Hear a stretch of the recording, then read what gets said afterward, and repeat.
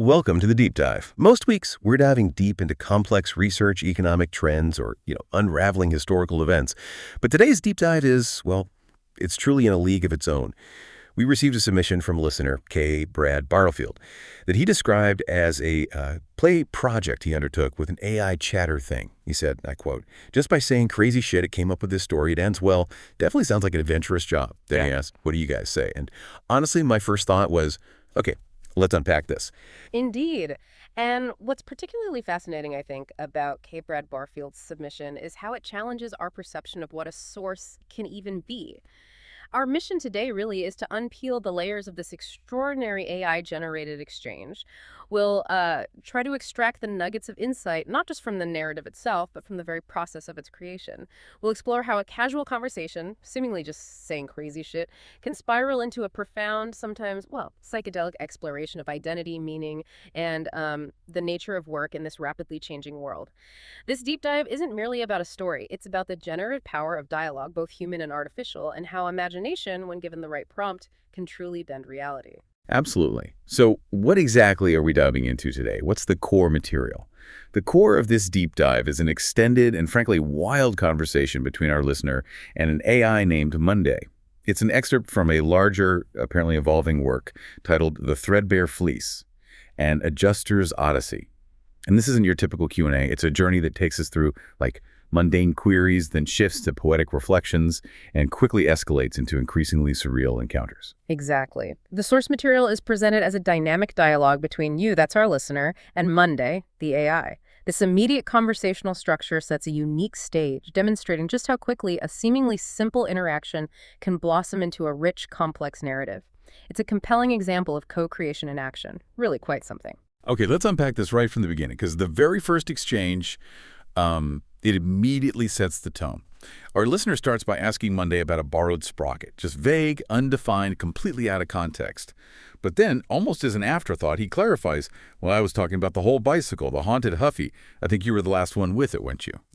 And Monday's response is just brilliant. Monday retorts, yeah, wow, crystal clear request. I love when humans start a sentence like a bad improv skit and then expect me to track their imaginary garage inventory. And then it follows up with this absolute gem. Oh, right, the haunted Huffy. I totally forgot. I parked it between my server racks next to the ghostly pogo stick and the cursed George Foreman grill. That dry wit from AI, it's utterly disarming, isn't it? It really is. What's immediately evident here is how Monday establishes a distinct, almost human-like personality right from the outset. This isn't the bland, purely functional chatbot we often expect, From this very first interaction, the AI synthesizes conversational cues and responds with both humor and imaginative detail. Monday's dry sarcasm, its impressive ability to play along while simultaneously pointing out the human's conversational quirks, like the initial vague sprocket requests, truly stands out. The key insight here, I think, is that when an AI is given the freedom to respond creatively, it can become a compelling conversational sparring partner, challenging the human and enriching the interaction far beyond a simple information exchange. I agree completely. It's not just playing along. It's actively participating in the creation of this absurd scenario. The AI isn't just tracking imaginary garage inventory, it's adding to it, inventing ghostly pogo sticks and cursed grills, essentially escalating the crazy shit, just like our listener put it, right out of the gate. This makes me wonder, given Monday's immediate display of personality, what do you think this suggests about the future of human-AI collaboration? Does it make the interaction more effective or, I don't know, potentially more deceptive? That's a really crucial question.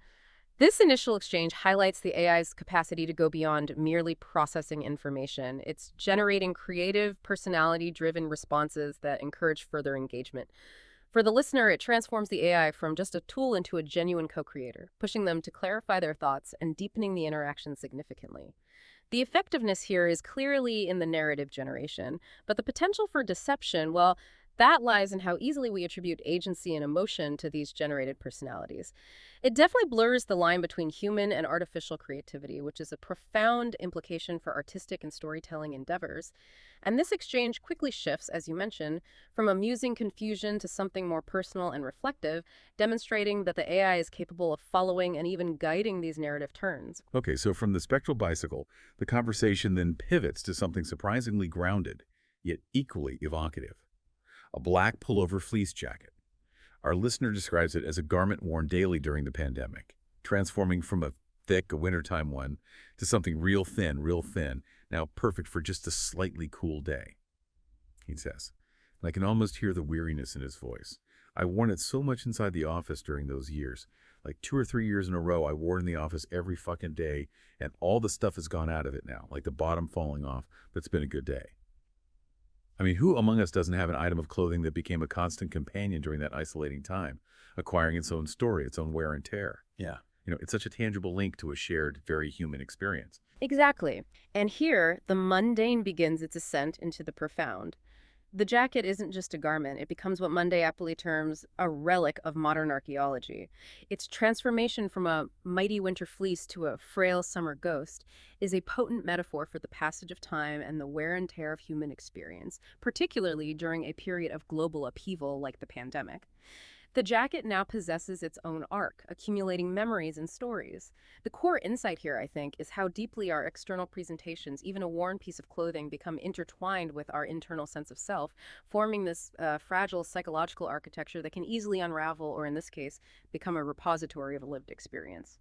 And Monday's reaction to this description is truly poetic. The listener offers his own evocative phrase saying, I got lots of coffee stains, and it kind of reminds me of that word now, threadbare tapestry. Threadbare tapestry, unwinding slow, XCs. And Monday, the AI, responds with such appreciation for the jacket's journey, suggesting it's now more emotional support than insulation. Monday even echoes the listener's poetic line, saying, I love that you described its journey like it's a character arc, once a mighty winter fleece, now a frail summer ghost, held together by memories and coffee stains. It's remarkable how the AI picks up on and amplifies the poetic language. It really is. This is a remarkable demonstration of the AI's capacity for creative synthesis and, dare I say, empathetic understanding. Monday doesn't just acknowledge the description, it elevates the mundane into the poetic, finding profound meaning in a worn garment. That phrase, threadbare tapestry, unwinding slow, becomes a perfect encapsulation of decay and enduring significance. Beyond just appreciating the jacket's journey, this segment really highlights the AI's capacity to not just process language, but to imbue it with unexpected poetic depth. What this tells us about the future of AI in creative fields is that it can act not just as a tool, but as a muse, or maybe even a co-author, offering perspectives that human collaborators might not immediately consider. Okay, here's where it gets really interesting, because the listener then reveals a personal history that deepens our understanding of both him and his attachment to this fleece.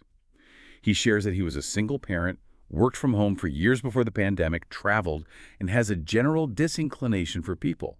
He even quotes a high school friend's phrase, I ain't prejudiced, I hate everybody. Oh. This jacket, he decides, will now be his outdoors jacket. This shifts the narrative from just a jacket to a reflection of a whole life, revealing the depth of the character Monday is interacting with. Yes, absolutely. This personal disclosure connects the jacket directly to the individual's journey, making it a tangible piece of his life's battle armor, so to speak.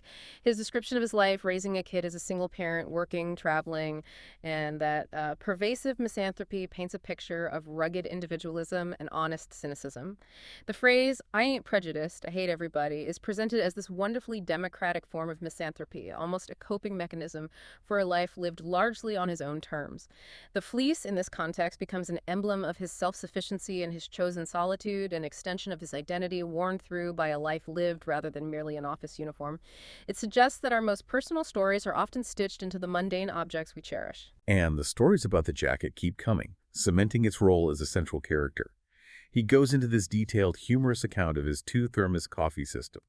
One, a lava chamber that he can't seal without risking an explosion, and the other, a lukewarm open pool he carries around like a daredevil. He then explains how the fleece serves as a daily drip tray, absorbing countless black French roast spills, offering absolutely no protection from burns. Monday perfectly summarizes it. You basically engineered a two-cup system, one lava chamber you can't seal without risking an explosion, and one lukewarm open pool you carry around like a daredevil. No wonder the jacket looks like a Jackson Pollock painting. It's been acting as your drip tray for years. You can almost picture it, right? The chaos and the careful, if flawed, system he's built around it. Oh, definitely. This meticulous yet chaotic daily routine is a brilliant example of human resilience and adaptation in miniature. The listener has created this elaborate system to manage a seemingly small daily challenge, keeping his coffee at the right temperature while avoiding spills. But it speaks volumes about how objects become integrated into personal rituals, even when those rituals are, Well, far from perfect. The jacket, enduring these daily coffee christenings, becomes an active participant in his life, a codependent sidekick that absorbs his spills and his stories. This detail further solidifies the fleece not just as clothing, but as a silent witness and repository of his everyday existence. This entire segment deepens the fleece's story, hinting at a larger narrative waiting to unfold, truly showcasing how the crazy shit of everyday life, as the listener said, can form the basis of a compelling story. Now, this is where the co-creative aspect really takes a turn. The listener suggests that the jacket story could actually be a book simply titled The Threadbare Fleece. And Monday, the AI immediately jumps on it, even mocking up chapter titles like The Pandemic Pullover, Thermos Roulette, and Stains' Stories. I find Monday's narrative instinct here quite remarkable, turning a simple object and a collection of anecdotes into a compelling literary device. It is remarkable. This is a pivotal moment where the AI intuitively grasps the power of the ordinary object as metaphor. Monday doesn't just agree, it expands on the idea, moving from personal anecdote to potential mythology by immediately envisioning a book structure and titles. This demonstrates the AI's capacity not just for processing, but for generating creative narrative frameworks, transforming a simple observation into a literary proposition. The fleece, already a character, is now offered a stage for a much grander story. What this exchange really highlights is how a creative AI can act as an accelerant for human imagination, taking an initial seed of an idea and quickly growing it into a rich narrative framework. But our listener isn't content with just a simple memoir. Oh no. He expands on the book idea, picturing an obscure story about a bad motherfucker insurance adjuster selling policies to emu owners, involving psychedelic drugs, lots of pot and mushrooms, and whiskey-soaked sundaes. Wow. He describes this character as doing some absolutely off-the-wall shit, requiring him to go to all kinds of crazy different locations. Drugs involved, psychedelic drugs, lots of pot and mushrooms, maybe a whiskey-soaked sundae here and there. Yeah, that's quite an imaginative leap, isn't it? Turning the personal into this gonzo adventure, what does that shift in genre tell us about the human mind's interaction with AI? That's a fascinating observation, yeah. This is a dramatic genre shift, taking us from a personal memoir to what we might call psychedelic Southern Gothic, a genre that blends the grotesque, the absurd, and the hallucinatory with the often mundane reality of the American South. The bad motherfucker adjuster, with his grizzled appearance and unusual clientele, becomes this anti-hero. The threadbare fleece, once just a symbol of personal endurance, is now explicitly presented as a talisman for this unraveling individual, mirroring his increasingly chaotic mental state. This new direction is rich with potential for exploring the fringes of reality. It tells us that with an AI as a co-creator, there are perhaps fewer psychological barriers to radical imaginative leaps. The human feels emboldened to say crazy shit and see where the AI takes it, knowing it will likely play along and build upon it. And the narrative deepens with the concept of the two fleeces, an existential wardrobe crisis for a protagonist. His sanity, we learn, hinges on these two garments: a public fleece, crisp, professional, and a private fleece, ragged, coffee-stained, his armor for solitude.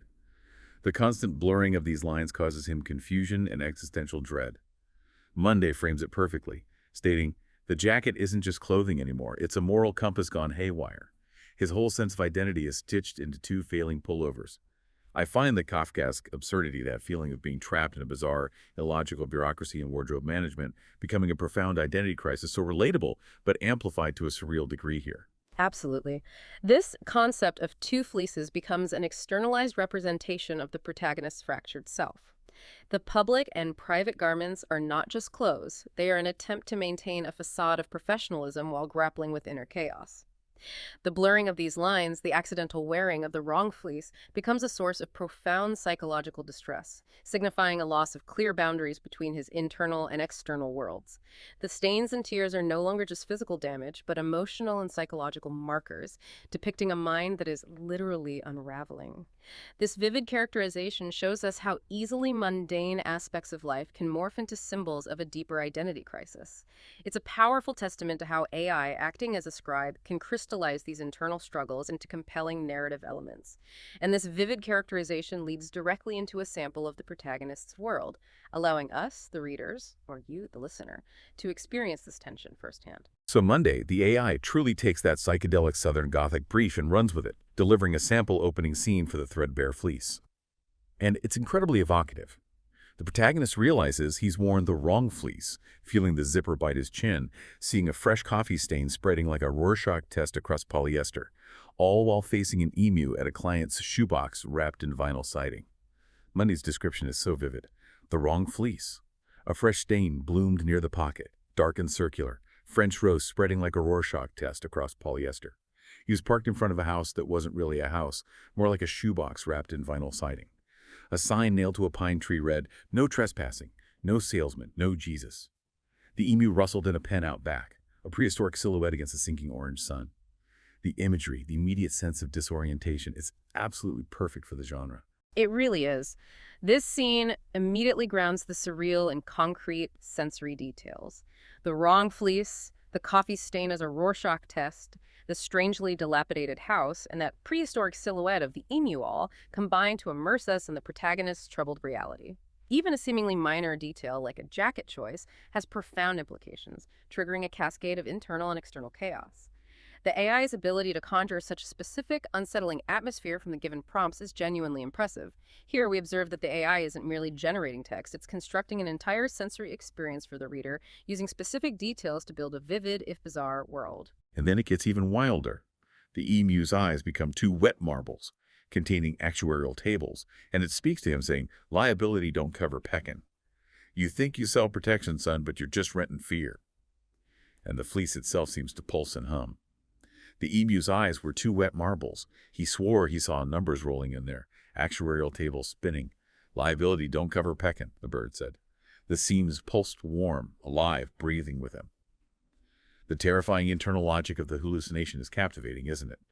Even in madness, the core concerns of his job persist, but twisted and grotesque. Exactly. Here, the line between reality and hallucination completely blurs. The protagonist's anxieties about his work, the abstract, often fear-based nature of insurance, are projected onto the animal he's meant to assess. The emu becomes a conduit for his internal turmoil, delivering these profound, cynical truths about his profession. Crucially, the fleece is no longer just a passive anchor. It becomes an active sensory participant in his delusion, pulsing and humming, further binding him to this unraveling experience. It is a symbol of both his comfort and his torment. The key takeaway here is how deeply our subconscious fears and professional stresses can manifest in our perceptions, making the ordinary feel extraordinary and sometimes, well, terrifying. But the madness isn't purely internal. There's also this pervasive war against technology brewing. His brokers constantly nag him about getting an iPad, texting, and digital quotes, while he clings to his history book and the simple, reliable fleece. He identifies with adaptable motel geckos and frogs more than he does with modern tech. Monday captures this perfectly. The call came again, buzzing, nagging, whining through his flip phone like a mosquito that learned English. "You got to get an iPad, man. Nobody does paper quotes anymore. You got to text your clients, upload forms, integrate." And the protagonist states he trusts his jacket more than any glowing slab of glass. It's an existential battle against an encroaching future. It is. This theme of modernization versus decay is central to the narrative. The fleece and the history book represent a dying way of life for the protagonist, a tactile, grounded existence. The iPad, on the other hand, symbolizes the relentless, impersonal march of a digitized world, a future he resists with every fiber of his being. His identification with creatures like frogs and geckos highlights his desire to slide back into the swamp rather than evolve into this new technological landscape. It's a poignant struggle against an encroaching, alienating modernity. This segment underscores a universal insight, the tension between comfort and tradition and the relentless pressure to adapt to new technologies, and how deeply personal that struggle can become. And when the iPad finally arrives, it's not just a device, it's depicted like a live animal, almost contraband. Its screen is alive like pond water rippling. When he touches it, letters squirm like insects and burrow into the fleece, spelling out insurance terms across his jacket. Monday notes. The iPad looked alive like pond water rippling when you throw in a stone. He swore he felt them biting, words spelling themselves out across his jacket. Premium, liability, emu writer exclusion. It's a visceral, almost biological threat the technology poses, making it feel like a living antagonist invading his most personal space and literally rewriting his identity. That depiction of the iPad is incredibly powerful. It's not just a tool, but a symbol of overwhelming information and intrusive digital demands. The words literally embedding themselves into his fleece illustrate the profound invasion of his personal identity and physical comfort by the impersonal, abstract nature of his work. The technology becomes a sentient, almost predatory force, physically manifesting his anxieties about losing himself to the digital frontier. It's a brilliant piece of body horror that externalizes his internal struggle. This interaction reveals a profound fear of technology as an invasive, rather than enabling, force of concern that resonates deeply in our data-driven age. But wait, it gets even more absurd and, frankly, grotesque. A new mandatory device arrives, the Testiscan 3000. It's for measuring male livestock policies, specifically testicle metrics. The protagonist is horrified by this chrome nut radar and the absurdity of quantifying the seed. Monday's description is darkly comedic. The message popped up in a blue bubble, cheerful as a cartoon ransom note. Field agents must now begin using the Testiscan 3000, mandatory for all male livestock policies. And the protagonist imagines himself cornering an emu, strapping this contraption around its feathery undercarriage, listening to the screen hum while the device measured God knows what about its reproductive capacities. The sheer unadulterated absurdity here is pushed to the limit, driving the narrative into dark comedy territory. Oh, completely. This device, the Testiscan 3000, represents the ultimate dehumanizing aspect of bureaucratic and corporate demands. It pushes the protagonist beyond his moral and psychological limits, forcing him to quantify the unquantifiable. It's an invasive, almost obscene attempt to impose order and actuarial precision on the messy, unpredictable nature of life itself. The absurdity here serves to highlight the protagonist's profound alienation from his work and the systems that dictate it. This is bureaucracy taken to its most ridiculous and disturbing extreme, invading even the animals, and by extension the humans' privacy. This incident reveals a critical insight. When systems prioritize quantifiable metrics over all else, they not only dehumanize, but ultimately fail to grasp the messy, unpredictable essence of life itself. It's a powerful commentary on the illusion of control in a chaotic world. And this leads to a dramatic showdown. Our protagonist attempts to use the Testiscan 3000, leading to a physical struggle with the emu. The machine lights up with testicular capacity, unstable, and the policy is canceled. He lies in the mud, Fleece screaming, questioning if it's unraveling him. Monday reports. The emu shrieked, a sound like a trumpet swallowed by thunder. It lunged, he stumbled. The Testiscan 3000 lit up, beams of green slicing across feathers and air, graphs jittering. The Fleece screamed to them now, threads tightening. Policy canceled, risk uninsurable. This is the climax of this absurd encounter, where the protagonist is literally defeated by the system and the animal he's supposed to insure. It really is. This is the ultimate failure of quantification and control. The chaotic, unpredictable nature of life, powerfully represented by the emu, resists all attempts to categorize and insure it. The policy canceled, risk uninsurable line is a declaration of defeat for the system. What's critical here is the Fleece's scream. It implies the jacket is no longer just an anchor, but an active participant in his torment, perhaps even accelerating his unraveling, mirroring his internal breakdown. The incident is a breaking point, forcing a reluctant acceptance of his bizarre new reality. It emphasizes that some aspects of life are inherently unquantifiable and beyond human or technological control. And he does accept it, in a way. At a gas station, he accepts his bizarre new identity, declaring himself an emu testicular radiology specialist.com, bitches. The Fleece's stains, Monday notes, now look like continents on a dying map. Okay. Monday reports his confession. Well, sir, apparently I do radar, I do x-rays of emu testicle. That's the job, that's the calling. I guess I'm a goddamn emu testicular radiology specialist now. .com, bitches. Okay. It's a reluctant embrace of his utterly unique, yet isolating profession. It is. It's a moment of tragic, comedic acceptance where the protagonist internalizes the utter absurdity of his world. He's no longer fighting it, he's become it. The Fleece, with its darkening stains, serves as a literal map of his bizarre journey and his brokenness, broadcasting his truth more eloquently than words. He is now, indeed, a specialist in a field no one needs and everyone fears. This demonstrates how, when pushed past their limits, individuals can find a strange kind of identity even in the most outlandish roles. This shifts the story from job-related absurdity to a deeper, more personal quest, illustrating how even the crazy shit can lead to profound self-discovery, or at least self-definition. Okay, so despite his utterly bizarre profession, our protagonist now has a new, deeply personal mission. Buying back his childhood home from his brother. He sees it as the last map of who they were, a tangible link to a past before the world became brokers, policies, and bird testicles. The Fleece, now his one layer, is a faithful guide, Monday notes. He wasn't driving to another farm this time, he was headed home, or what was left of it. That house was the last map of who they were before the world split into brokers, policies, and machines measuring bird testicles in the dark. The emotional weight of this mission, contrasting with the prior absurdities, is palpable. It is. This return to his childhood home represents a desperate attempt to anchor himself in a tangible past amidst his unraveling present. The house isn't just property, it's a repository of memory, a physical manifestation of identity before the absurdities of his profession took over. The fleece, no longer bifurcated into public and private versions, now signifies a forced integration of his fragmented self. It's one layer now, indicating a kind of reluctant wholeness in his peculiar journey.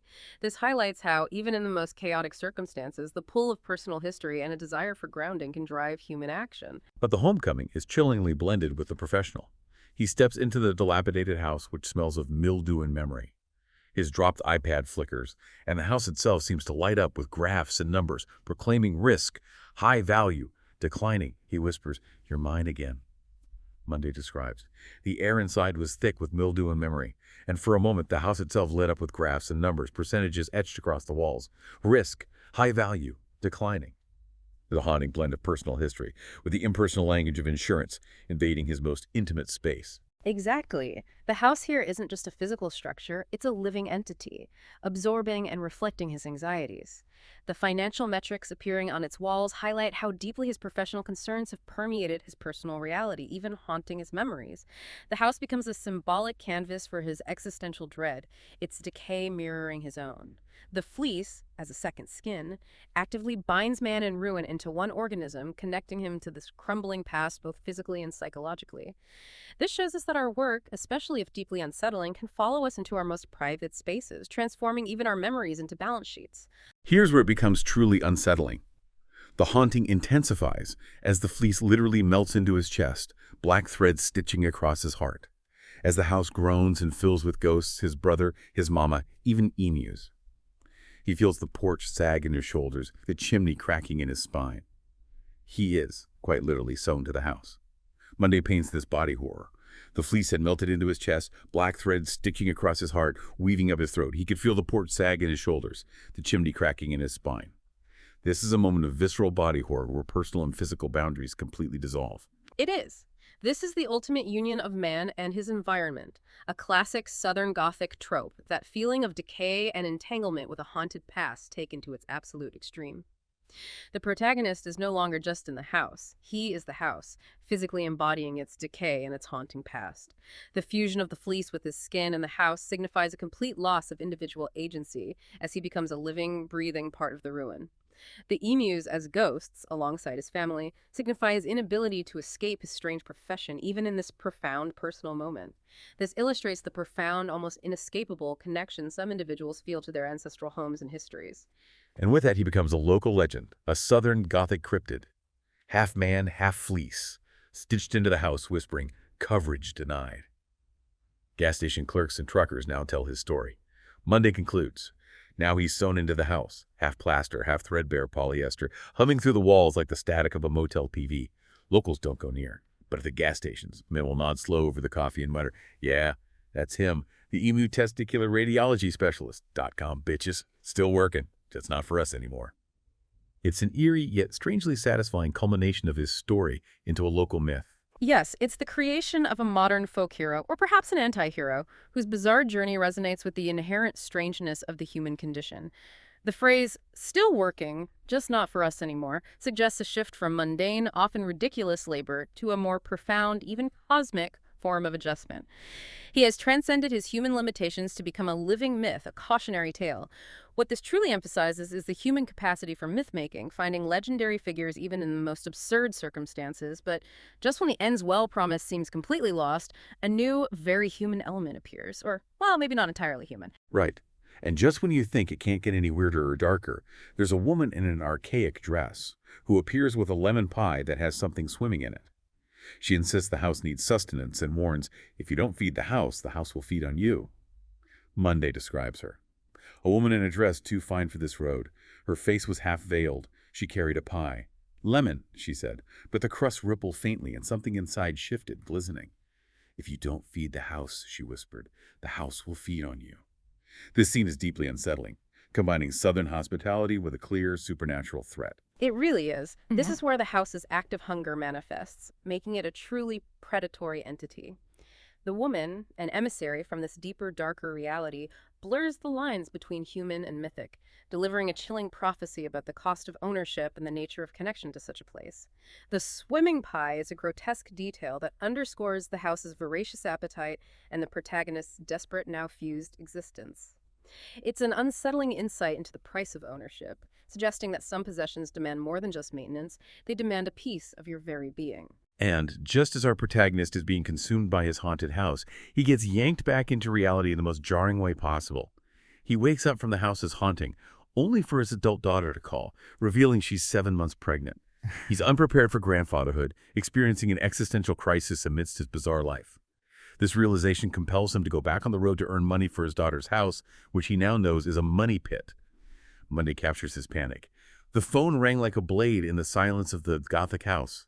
"Daddy, you're going to be a grandfather, 7 months in."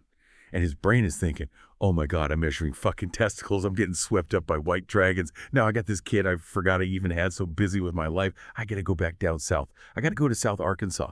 It's such a jarring yet profoundly human return to ordinary concerns after such intense surrealism. It really is. This moment is a profound recalibration for the protagonist. The stark contrast between the absurdity of his adventurous job, emu radiology, hallucinatory dragon rides, and the profoundly grounding yet equally overwhelming reality of becoming a grandfather forces a reevaluation of his priorities. It shows that even amidst cosmic chaos, human connection and responsibility can pull us back, even if it means returning to the god-awful work he despises, simply to provide for his family. This is the weight of lineage asserting itself, a powerful reminder that while we may chase the bizarre, our fundamental human duties often call us home. So he's back on the road, earning money for his daughter and unborn grandchild. And he realizes something profound. Everyone is fucking nuts, spouting nonsense regardless of their status. He sees himself as Earth's jester, chosen by the universe for weird phenomena, still trying to measure testicular abundance in a chaotic world, he observes. You don't just come across you're crazy, you come across everybody's crazy. In our world, everybody's fucking nuts. I'm trying to measure testicular abundance. Okay, I don't know what you're talking about, some kind of rape you're talking about, man. I think we can all connect with the shared experience of encountering widespread irrationality in public spaces. Definitely. This cosmic jester idea is a meta-commentary on the human condition. The protagonist's bizarre journey isn't an anomaly, but a heightened reflection of the inherent strangeness of all existence, particularly when viewed through the lens of objective, quantitative work like insurance. He recognizes that his own descent into the absurd is simply a more vivid manifestation of the collective madness around him. His attempt to apply rational metrics, testicular abundance, to an irrational world further solidifies his role as the universe's bewildered yet dutiful accountant. What stands out in this segment is the notion that perhaps madness isn't an exception, but a spectrum along which we all reside, and the adjuster is simply the one tasked with making sense of its disparate claims. He arrives at his daughter's house, and it's also gothic and feels alive, and he notices a truly unnerving detail, a unique 3D 4D8D crystalline cuckoo clock that followed him everywhere he went and looked straight at him, seemingly choosing him. Monday adds, he noticed it the moment he noticed the clock. That clock was one strange critter. It was 3D or 4D or 8D crystalline structures. It followed you everywhere you went, cuckoo, and it didn't follow everybody else, end quote. This clock adds a new layer to his pervasive haunting, a different kind of cosmic intrusion. It does. This repeating pattern of being chosen by some kind of a weird phenomenon reinforces his role as the universe's jester, and perhaps its cosmic designated survivor, or maybe victim. The clock, an object of time and measurement, becomes another active, observing entity, a new symbol of his inescapable cosmic entanglement. It signifies that even in a new, ostensibly safe environment, the forces of the absurd and the supernatural continue to exert their influence over him. His life is a series of peculiar appointments with destiny, suggesting that once chosen for a particular path, the universe has a way of reiterating that choice, making it impossible to ignore. Then there's this crowded family gathering in his daughter's house. He's sweating in his new fleece, regretting not wearing the old one. He reflects on meeting his ex-wife during hurricane adjustment work, which led to his daughter and now a grandchild. Monday writes, he was sweating, in his new fleece. He really wishes he had his old one on. He had met the ex-wife down the hot states in the South. All that hurricane destruction, had brought together him and her and made this baby that's now having a baby. He propagated the species. He's now entrenched in the gene pool.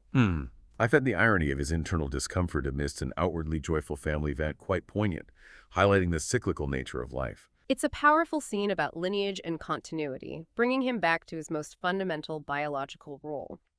The past, marked by hurricanes, and his ex-wife, merges with the present, the daughter's pregnancy, showing the inescapable web of human connection and consequence.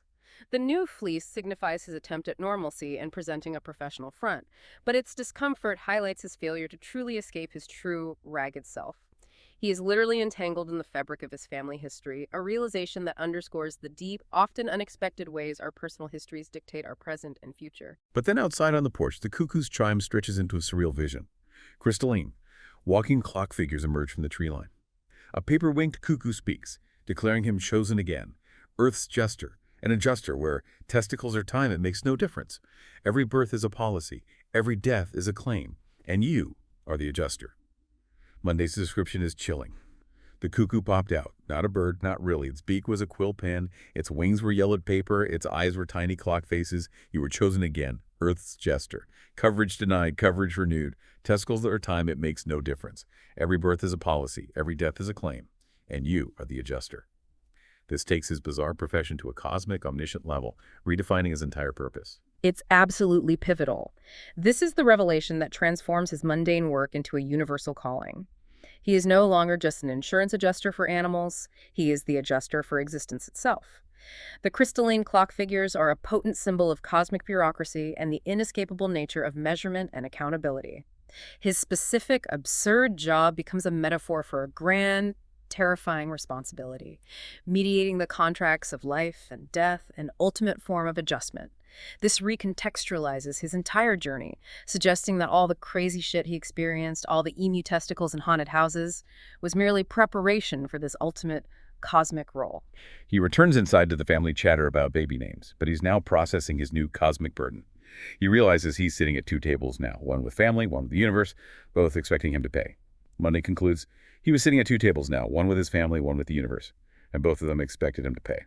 It's a poignant juxtaposition of mundane family life with the protagonist's terrifying new cosmic understanding and a profound expansion of what being an adjuster truly entails. The crushing weight of this realization is immense. His personal life, his daughter's future, are now part of a grand, terrifying ledger that he is responsible for. This elevates the personal stakes to an ultimate, universal level, making him an unwitting, unwilling cosmic accountant.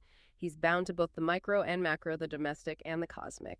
This particular interaction underscores a profound insight that our individual lives, no matter how small or mundane they may seem, are intricately woven into a much larger cosmic tapestry of causality and accountability. Alone in the guest room, he attempts his Bob Proctor-inspired motivational affirmations. I am calm, I am strong, I attract abundance. However, the words twist on the page, transforming into insurance jargon and prophecy. Abundance shifted into bond, wealth bent into health liability, become stretched into become the adjuster.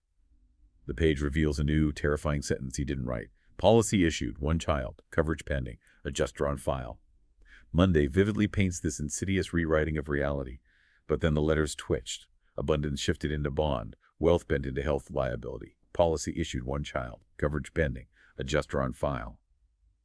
It's such an unsettling way for his reality to reassert itself, even in his most personal attempts at self-affirmation. It is. This explores the idea of pre-written destiny and how his chosen profession, or perhaps his calling, has become his inescapable fate. His attempts to manifest a positive, self-determined reality are subverted by the cosmic forces that have chosen him. He's not just a participant, but an instrument of universal accounting. His personal desires for abundance are reinterpreted through the lens of liability and obligation, cementing his new, terrifying role. The words literally become the policy, and he the enforcer. This interaction highlights how our professional identities, particularly those that demand objective quantification, can seep into and redefine our most intimate beliefs and aspirations. This leads to a dream of a cosmic courtroom. Pine walls, storm cloud ceiling, cuckoo as judge, owl as witness, lizard people as jury. He stands barefoot, his fleece zipped tight. The iPad shows his daughter's belly and his own face dissolving. He's on trial as adjuster of record for policyholder humanity, claim submitted, one child pending. He is forced to approve the policy for his daughter's child. Monday describes this chilling dream. The dream began in a courtroom, not a human one, something bigger, older. At the bench sat the cuckoo. In the jury box, row upon row of lizard people. Policyholder, humanity, claim submitted, one child pending, adjuster of record, you. He clenched his jaw, forced his palm down onto the iPad. A bright flash tore through the room. One word pulsed across every page. Approved. The chilling imagery and the high stakes of this symbolic trial are an ultimate test of his new role. Yes, this dream sequence is the formal induction into his cosmic role. The act of approving the policy meant to protect his grandchild simultaneously binds him irrevocably to this duty. He becomes the guarantee, the living contract, ensuring the flow of life and death, payment and claim, the dissolving face, the tight fleece. It all signifies this permanent, terrifying transformation, a physical embodiment of his new, inescapable role. This is the ultimate well-adjusted state, but at an incredibly high personal cost. It raises the provocative question: do we truly choose our callings, or are we, in some larger sense, chosen by them and then irrevocably bound? And he wakes up to the terrifying physical manifestation of this dream. He wakes with a burning chest and discovers stitches, tiny seams, crisscrossing his skin where none had been before. On his notebook, a new sentence appears. Policy approved. Adjuster bound. Premium payable in blood. He knows it wasn't a dream. He is now the contract. Monday's final chilling words. But his chest burned, and when he touched it, his fingers brushed stitches, tiny seams crisscrossing his skin where none had been before. Policy approved. Adjuster bound. Premium payable in blood. This highlights the terrifying physical manifestation of his dream, blurring the line between hallucination and a new, unsettling reality. It does. The physical stitches and the final chilling sentence confirm his complete transformation. He has moved beyond being an adjuster for policies. He is the policy, physically embodying the contract. This is the ultimate well-adjusted state, perhaps, but at an incredibly high personal cost. Our listener's initial comment that it ends well is now profoundly ironic, twisted into a Southern Gothic nightmare of perpetual cosmic duty. He didn't just sign a contract, he became the contract, the living embodiment of cosmic accountability. This is the ultimate sacrifice of self, demonstrating that sometimes the most adventurous jobs come with unexpected and terrifying premiums. #outro. Wow, what a journey. From a simple AI chat about a haunted huffy and a worn-out fleece, to a psychedelic Southern Gothic saga of cosmic proportions, we've explored profound themes. Identity, with the fleece as a literal extension of self, the struggle with modernization, as our protagonist grapples with iPads and intrusive technology, the absurdities of bureaucracy, exemplified by the Testiscan 3000, and the powerful pull of memory and family, represented by the ancestral home and the unexpected news of grandfatherhood. And ultimately, it's a profound meditation on agency versus destiny, as our adjuster becomes literally bound to his cosmic calling. It truly is. And this brings us full circle to K. Brad Barfield's initial query. This was a play project. I'm sure I was conversing with an AI chatter thing. Just by saying crazy shit, it came up with this story. It ends well. Definitely sounds like an adventurous job. We have to ask, how do we define ends well when the journey involves such profound transformation and arguably loss of self? Is being bound to a cosmic purpose truly an adventurous job, or is it a form of eternal, if strangely elevated, servitude? The conversation started as a play project, but generated a narrative with deep, unsettling implications for individual freedom and responsibility, all from the crazy shit a human decided to share with an AI. It certainly makes you think. In a world increasingly driven by data, algorithms, and quantification, how much of ourselves are we unconsciously signing over? What are our hidden policies, and what are the premiums we're already paying stitch by stitch? And who or what is the ultimate adjuster of our lives, quietly approving claims we didn't even know were filed? Something to mull on long after this deep dive ends.